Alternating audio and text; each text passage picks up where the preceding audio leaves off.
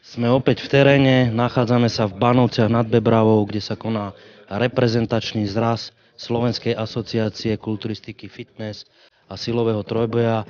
Dneska máme kontrolný zraz juniorskej reprezentácie. Sám som zvedavý, ako vyzerajú, uvidíte to za chvíľu aj vy.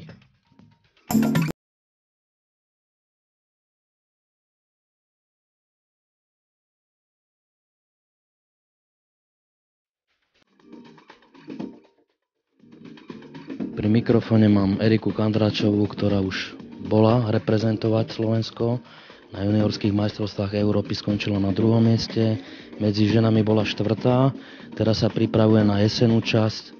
Spýtame sa jej, ako sa jej teda darí v príprave, ako je to ide. Takže príprava, ako chce zlepšiť nedostatky, ktoré boli, na čo sa chce zamerať. Príprava ide veľmi dobre, snažím sa ešte nabrať. Som veľmi, medzi ženami najmä, som veľmi chudá ešte. Musím nabrať nejaké tie svaly. Snažím sa teraz ešte do toho augusta, budem držať objemovku, potom začnem dietu, uvidíme, ako to pôjde. Podľa zmien na sebe sa každý deň pozerám v zrkadle, tak vidím. A musím najmä zlepšiť vršok. Toto som bola skritizovaná, spodok mám viac menej dobrý. Tak musím nabrať ešte tie svaly. Hlavne medzi ženy, keď sa postavím, že by som nevyzerala ako juniorka. Že máš ambíciu potom ísť na nomináciu aj na majstrovstvá sveta žien? Áno, mala som. Aj stále dúfam, že možno sa mi podarí. Ale neviem, či to nebude prekrývať tie dátumy súťaží, takže uvidíme, ako to pôjde. Ty si dala cieľ na majstrovstvách sveta, keď sa ti podarí nominovať? Tak dostať sa do finále a uvidíme. Držíme palce a dúfame, že to v finále klapne. Skoro nám ušla Veronika Gulašová, ale chytili sme ju na parkovisku a nedalo nám teda, aby sme ju neoslovili a spýtali sa jej, ako sa jej darí v príprave, aké má ciele, pokiaľ sa jej teda podarí nominovať. Ako by si chcela uspieť na tých majstrovstvách sveta? No tak určite prvá šestka. To je pre mňa najzaujímavejšia, ale tie prvé 3 priečky sú ešte vyššie, čiže ak sa podarí, tak medaila. Ciele mám síce vysoké, ale tak keď pôjde so sklonenou hlavou, tak asi neúspejem, čiže musím si veriť a ísť napredovať stále. Mne sa páčilo, že na tú jar si sa prezentovala úplne s inou formou, zmenila si trošku aj vizáž. Aké prekvapenie chystáš teraz na jeseň? Ideš niečo pomeniť? No, chcela by som nabrať svalovú hmotu, aj keď viem, že času mám dosť málo, ale tak stále je čo zlepšovať a viem ako na to. Viem, kde som robila v minulosti chyby, čo sa týka stravovania, ako udržať tú svalovú hmotu, aby som mu neprepadovala, prestala sa robiť kardio, toľko objemu, čo som robila predtým, žiadne nalačno, absolútne žiadne núky. Takže udržiava to celoročne a ono to pôjde potom ďalej. Máš potom aj ambície nominovať sa na majstrovstvá sveta žien?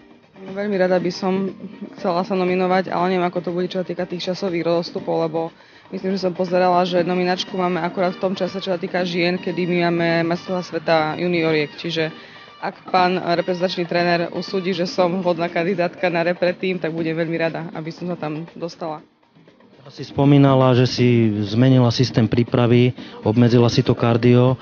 Kto ti pomáha v príprave? Máš nejakého trénera alebo nejakú oporu, s kým sa radíš? Tak oficiálnym trénerom je pán Milan Čížek, za ním chodím tak rada 3 mesiace, ale tak najviac mi pomáha môj priateľ Janko Kráľ a Boris Prihácky, ten je vlastne bývalý reprezentant Slovenska, majster sveta, juniorský, veľký talent. Bývali, takže oni dvaja asi navzájom. S nimi to stále konzultujem, ale tak to najväčšie gro, čo tam dávam, to som asi sama ja. Ja vlastne zistím, čo týka tých tréningov, oni skôr s tou stravou a tak ďalej, takže ten tréning je jednoznačne ja. V súkromnom živote nič neplánuje, svadbu? Zatiaľ ešte nie. Zatiaľ riešime ešte školu, biznis, prácu a tak ďalej, takže chceme, možno, že časom uvidíme, čo prinesie budúcnosť. Neponáhľame sa nikam, sme mladí obidvaja, takže... Dozvedeli sme sa aj čosi viac ako len o príprave a samozrejme aj Veronike držíme palce, aby sa jej podarilo nominovať, aby sa jej podarilo dosiahnuť tie najvyššie priečky. Takže na zraze sa objavila aj Dominika Multáňová, ktorá je viacnásobná šampiónka medzi ženami, medzi juniorkami. Vracia sa opäť na súťažné pódia. Uvidíme teda, aké má ambície, či chce obhajovať, či chce len v finále. Dominika, ako to vidíš, ako to cítiš? No tak ja sa vlastne, nie že vraciam po polročnej prestávke, keďže jarnej sezóny som sa kvôli zdravotným problémom nemohla zúčastniť, tak rada by som nastúpila na túto jesenu. Som vo veľkom začala s prípravou. tak uvidím, ako to celé dopadne. Určite by som bola veľmi rada, kebyže sa mi podarí ten minuloročný úspech zopakovať, ale vravím, toto je taký šport, že vždycky môže prísť niekto iný, niekto lepší, takže netreba zaspať na vavrínoch. Samozrejme záleží aj od zloženia poroty, od toho, ako vyjde tá forma, akí dievčatá prídu, aký trend nastolia. Takže ja pôjdem na 100%, spravím si všetko tak, ako mám a už ten výsledok nechám na samotných rozhodcov. Keď si mala tú pauzu, zamerala si sa na nejaké nedostatky v tej koncepcii postavy? Ako tá príprava vyzerala? Vlastne celá táto príprava bola úplne taká iná. My sme dlho sme špekulovali, že aký systém tréningu zvoliť. Nakoniec sme trénovali formou štvorsplitu, takže jeden split sme išli vyslovene tvrdý objem, druhý split sme išli takže sme sa zamerali na vytrvalosť svalstva. Čiže bolo to také niečo nové, ale viac menej to bol tréning taký inštinktívny. Podľa pocitov zamerala som sa kvázi na všetky svalové partie, hlavne ramena, šírka chrbta, hrúbka chrbta, zlepšiť nohy, zadok. Takže v podstate všetko. Ja viem, že v minulosti si trénovala s tvojim osobným trénerom, s Ľubom Hečkom. Robil ti sparring partnera. Cvičíte aj teraz spolu? Áno, v tomto sa nič nezmenilo. Pán Hečko mi stále pomáha a vlastne spolu trénujeme a on je taký ten vedúci toho tréningu, ktorý riadi aj váhy, cviky, počty opakovaní. Takže v tomto sa ja spolieham na ňo. Čo ťa dokáže motivovať v tej príprave? Tak určite to, že ja ten šport vlastne mám rada, ja ho milujem a robím ho s láskou, takže to je taká pre mňa tá príprava, tá taká jedna veľká radosť. Celkovo aj tá voľná zostava. Aj tie silové tréningy, keď vidím, že to ide, že tá postava sa zlepšuje, že dokážem na tréningoch podávať lepšie výkony, takže to je taký ten motivačný faktor. A ešte ďalej, keď vidím proste, že dokážem pomôcť ľuďom, vlastne oni, teraz trénujem veľa ľudí a podarilo sa mi osvietiť hodne mladých báb, ktoré sa dali na fitness, začali cvičiť v tých poslovniach, makajú som im kvázi takým ako malým vzorom, takže mňa toto teší, že nerobím to len pre seba, ale robím to aj pre iných.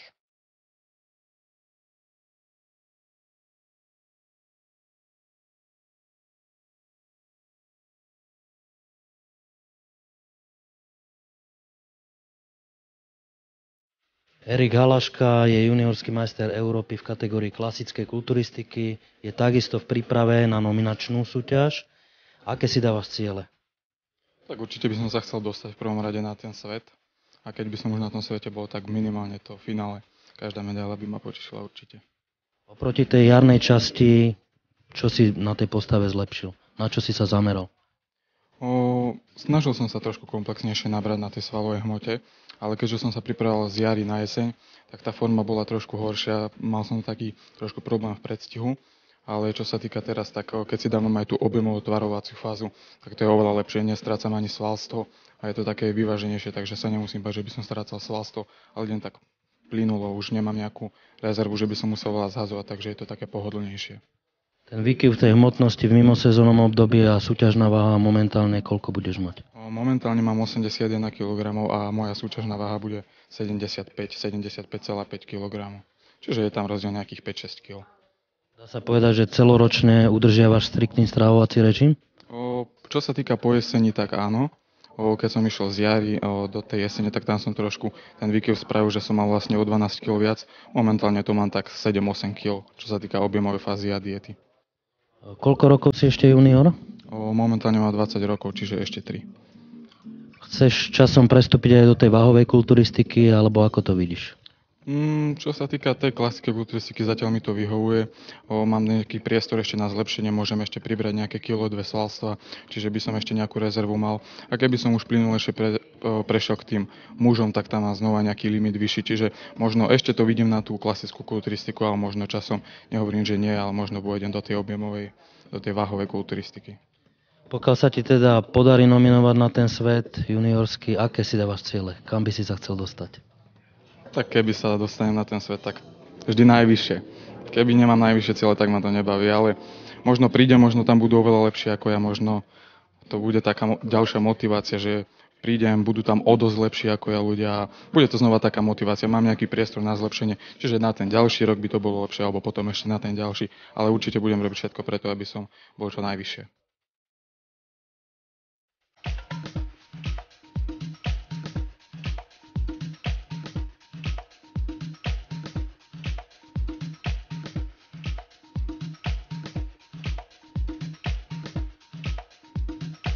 Pri mikrofóne mám Romana Vavrečana, ktorý na jar spôsobil takú menšiu senzáciu. Bol pozvaný takisto na reprezentačný zraz. Spýtame sa ho, ako sa cíti, ako mu ide príprava. Takže ďakujem. Ďakujem za oslovenie, ďakujem za rozhovor. Cítim sa dobre. Akurát som ešte nezačal dietku, takže podľa môjho pohľadu to nie je bohvie čo. Ale určite, akurát sa chystám zahájiť dietu. Chcem do toho dať všetko, keďže je to môj posledný rok a využiť záver tohto roka naplno. Na tú jar, keď to hodnotíš, v čom si videl podľa teba nedostatky ešte v tej postave? Čo by si chcel teraz zlepšiť na jeseň? Trošičku by som chcel samozrejme formu vylepšiť, najmä zadné partie by som chcel trošku detaily vylepšiť, tvrdosť. A myslím, že to bolo trošička, každý aspekt by som chcel trošička viac vylepšiť, čo sa týka prezentácie, formy. Možno menej troška, mal som pocit, že som to prepálil trošička, som príliš veľa kardia robil, príliš to pálil, takže každý jeden aspekt by som chcel o troška lepšie spraviť. Aké sú, pokiaľ sa ti teda podarí nominovať na svet juniorský, aké sú tvoje ambície, aké si dávaš ciele? Tak samozrejme najvyššie, spravím všetko preto. Ja si dávam také príslovie, držím, že vytrvám, kým neúspejem. Či už to bude tento rok alebo budúci, každopádne musím vydržať. Je to o tom podľa mňa, že kto vydrží. Teraz na jar si mal akú súťažnú hmotnosť? Sice som sa nevážil v sobotu ráno, ale dá sa povedať, že v piatok som mal nejakých 92,5-93 kg, tak ja si myslím, že okolo tej hranice 92-91,5 to bolo. Myslím, že ten súťaž je tak. Oproti tej jarnej časti tú prípravu si nejako špeciálne menil? Pravde ani nie, ale som sa troška viac sústredil na ten svoj cieľ. Trénoval som viac fázovo. Trénoval som častejšie, snažil som sa viac oddychovať, viac som si stravu strážil, vážil som si, počítal som si kalórie, dokonca poprvýkrát obvykle som iba počítal sacharidy, bielkoviny, tuky, tentokrát som to aj na kalórie počítal, takže... Ale žiadne také výrazné zmeny, v podstate som sa to snažil posunúť na vyššiu úroveň, to, čo som doteraz robil. Viem, že na tú jarnú časť si sa pripravoval prakticky sám, teraz spolupracuje s niekým, pomáha ti niekto v príprave? Áno, v podstate dá sa povedať, že spolupracujem alebo komunikujem s reprezentačným trénerom Petrom Meškom. Som veľmi rád, lebo myslím, že ak sa mi podarí zúčastniť sa medzinárodnej súťaže na jeseň, bude to jeho zasluha, keďže mi verí, dôveruje mi, vidí vo mne potenciál a som mu za to veľmi vďačný. A ja samozrejme túto svoju šancu snažím využiť naplno. Takže Roman, držíme ti palce, nech sa ti forma vydarí. Takisto nech sa ti podarí nominovať na svet a držíme palce ešte raz. Ďakujem veľmi pekne.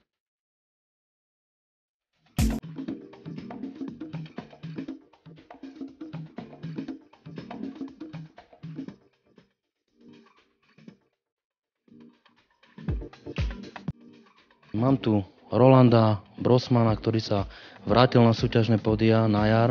Dlho sa vyhrážal, že sa vráti a skutočne je tomu tak.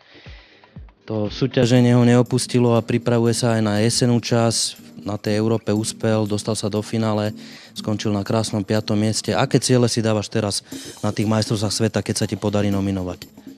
No tak fakt, tam by som chcel zabojovať už nejaké to želiesko, aby tá medaila tam vôbec bola. No, určite to bude ťažký boj. Som zvedavý, koľko bude tých pretekárov. A jednak, že to bude tak na také neutrálnej pôde, ako je Mexiko, tak myslím si, že tie šance budú väčšie, pretože bude to vyrovnajší súboj voči súperom, či Američanom, Európanom, Ázíčanom, Austrálčanom, takže nebude to taký španielský šampión, ako bola Európa. Teraz si ešte v takej poloobjemovke, je zjavné, že si nabral nejakú svalovú hmotu. Čo si chcel najmä zlepšiť do tej jesene na svojej postave? V každom prípade u mňa sú to paže, ktoré chcem furt zlepšiť a zlepšať, nakoľko tie ramená preferujú mňa tou šírkou. A sám vieš, že čím sú väčšie ramená a širšie, tak to uberá na tých pažiach. Hlavne to s ostatnými partiami, čo sa týka nejakých tých väčších svalových partí, nemám problém vôbec. A samozrejme separáciou stehien, to je najväčšia najtvrdšia bolesť, to poznám sám. Tú súťažnú váhu na Európe si mal okolo 102-103 kg. teraz na tom svete by si sa chcel prezentovať s akou hmotnosťou? No bol by som rád, keby to vyšlo minimálne tak ako na tvojej súťaži, ktoré to bola v Žiline, takže tých 104-106 kg by som chcel tam ukázať. Takých tvrdých, pekne vysušených, aby to bolo. Tá Európa bola trošku viacej siahnutá, vysušená a myslím si, že na to Mexiko, myslím, že nejaké tie 2 kg plus by určite bolo veľmi veľa. To som videl na fotkách, takže asi tak. Držíme ti palce, dúfajme, že tá nominačka klapne, takisto, že sa ti podarí úspieť na tých majstrovstvách sveta a potom sa stretneme, dáme nejaký rozhovor. Dúfajme, že minimálne to finále tam dáš. Pri mikrofóne mám reprezentačného trénera juniorov Petra Meška, ktorého poprosím o krátke zhodnotenie zrazu. Dobrý deň. Reprezentačný zraz, ktorý prebiehal dnes, splnil svoj účel. Hodnotili sme napred dievčatá, z ktorých vlastne všetky boli v dobrej forme, zodpovedajúcej času do súťaže. Bola tu Dominika Multáňová, boli tu obidve bikinárky, ako Veronika Gulášová a Erika Kandráčová. Bola tu aj Kateřina Sajdlová, ale s tou počítame zrejme až na jar. No ale z tých troch, ktoré idú zrejme do Mexika na majstrovstvá sveta, tak všetky tri spĺňali potrebné atribúty, hej, ako bola tam patričná kvalita a aj prezentácia a tak ďalej. Nehovoriac o tom, že sú to skúsené pretekárky, hej. Dominika je juniorská majsterka sveta, Dominika je víťazka prakticky všetkých súťaží, ktoré sa zúčastnila v poslednom čase. Veronika je druhá z majstrovstiev Európy žien dokonca, hej. A Erika je tretia z majstrovstiev Európy žien, takže ako ja osobne si myslím, že ideme s celkom dobrým tímom žien alebo junioriek do Mexika. Čo sa týka chlapcov, tak začnem klasikmi. Klasici ma prekvapili, obidvaja sú výborní, či to je Erik Halaška alebo Jakub Vilímek. Obidvaja sú výborní, kvalitní, každý má niečo, hej, nejakú partiu lepšiu, jeden zase horšiu a tak ďalej, ale až záver vlastne, však to vieš sám, až záver ukáže, že na kom čo zostane a tak ďalej. Ľahkých juniorov bohužiaľ nemáme tento rok, ale nevadí, plne ich nahradí Roman Vavrečan, ktorý prišiel síce ešte potiahnutý, ale objemový a s nožiskami a vôbec celkovo objemový, tak ako chodia Arabi a vôbec títo Turci a Južania, ako chodia ich juniori na majstrovstvá sveta, tak konečne máme kvalitného a ťažkého juniora, ktorý je schopný sa vedľa nich postaviť a nemusí sa hanbiť a skrývať sa tam niekde, že je nejaký ľahký, že ja neviem, tam väčšinou tam chodia 100-kiloví borci, hej, a my sme mávali juniorov ledva 82-kilových a tak ďalej, hej. Hoci je pravda, práve tvoj zverenec pred 2 rokmi, keď som bol ja prvýkrát ako reprezentačný tréner na majstrovstvách sveta, tak Noro Zajac získal titul majstra sveta a za ním boli 3 Arabi, to je taký paradox. No. A napriek tomu, že bol ľahký, tak vyhral tú kategóriu. No, ale odvtedy sa nám nejak nedarí v ťažkej kategórii, takže ja dúfam, že Roman dotiahne prípravu a že bude vyzerať tak, ako vyzeral na Mozolánej klasika. Peťo, na základe nominácie, koľko juniorov a junioriek môže vycestovať na MS? Na základe nominácie mám povolené, alebo mohlo by vycestovať 5 až 6 ľudí. Záleží samozrejme od formy. Ak si niekto myslí, že má vyarendované miesto, tak sa mýli. Hej, bude nominačná súťaž, na ktorej definitívne rozhodneme, ty ideš, ty nejdeš, alebo kto si zaplatí, kto ide za štátne. Je možné, že niekto, kto nebol na reprezentačnom zraze, sa ešte môže dodatočne nominovať? Nie je to možné, hlavne u chlapcov to není možné. Už dlhé roky máme zásadu, že kto nespolupracuje s nami minimálne 3 mesiace pred samotnou nominačnou súťažou nemá nárok, takže aj keby došiel do Dubnice Phil Heath, tak ho nemôžeme zobrať, lebo skrátka není pod našou kontrolou a tak ďalej. Dobre, uvidíme sa na nominácii, tam nám potvrdíš teda, kto výjazd má schválený, kto ide na MOS a držíme palce. Dobre, ďakujem pekne. Tradične na zraze nemohol chýbať ani asistent reprezentačného trénera Ľubomír Hečko, ktorého tiež poprosíme o krátke zhodnotenie. Ľubo, kto sa ti na zraze z tých účastníkov najviac pozdával, najviac páčil? Najprv som chcel pozdraviť všetkých divákov a na zraze sa mi najviac páčili. No tak z dievčat ma zaujala Dominika Multáňová a Veronika Gulášová. Som prekvapený, akú majú formu. A s chlapcov ma zaujali dvaja klasici, Vilímek a Halaška. Tiež by som ešte chcel pozdvihnúť alebo vyzdvihnúť Kateřinu Seidlovú, ktorú priaznivci fitness poznajú. Mala výborne pripravený vršok. Popracuje ešte na stehnách a môže to byť veľký a dobrý prísľub do budúcnosti pre naše fitness. Koľký zo zúčastnených juniorov pripravuješ ty osobne? Konkrétne spolupracujem s Halaškom, spolupracujem s Multáňovou a trošku aj s Kateřinou Seidlovou. No, chválil som mu, ale ona sa na určitý čas odmlčala, ale zase chce, aby sme spolu robili ďalej. Viem, že s Dominikou trénuješ aj ako sparring partner. Popísala teda rôzne metódy, že ste robili nejaké zmeny v tom tréningu. Na čo ste sa zamerali teda konkrétne u nej v tej postave? Túto sezónu sme chceli zadok troška vylepšiť, lebo mala pomerne plochy, potrebovali sme ho troška vypučiť na stehná a ramena. Tiež aj na brucho, keď si teraz všimol, alebo keď si všimol, tak to brucho má určitú plasticitu. No mám pocit, že sa nám to ako tak darí, ešte troška ramena, tam máme určité deficity. Sice na juniorskom zraze, ale mám takú otázku, že či niektorí z nominovaných juniorov by sa mohli zúčastniť aj majstrovstiev sveta dospelých alebo žien teda. Je tam takáto možnosť, lebo tie termíny sa tam prekrývajú? No takto, zrovna keď je nominačná súťaž žien, my by sme mali byť na majstrovstvách sveta v Mexiku. Ale osobne si myslím, že Multáňová, Kandráčová aj Gulášová by mali šancu aj medzi ženami.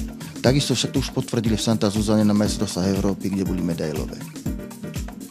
Dobre, takže uvidíme sa na nominačke. Prvá je Dubnica na junioroch a tam teda zistíme, kto je nominovaný, kto sa bude pokúšať bojovať o medaile. No by som chcel upozorniť, že ďalší repres raz bude 9.8. juniorský o 11.00 a mužský bude až 26. Dúfam, že sa tam stretneme.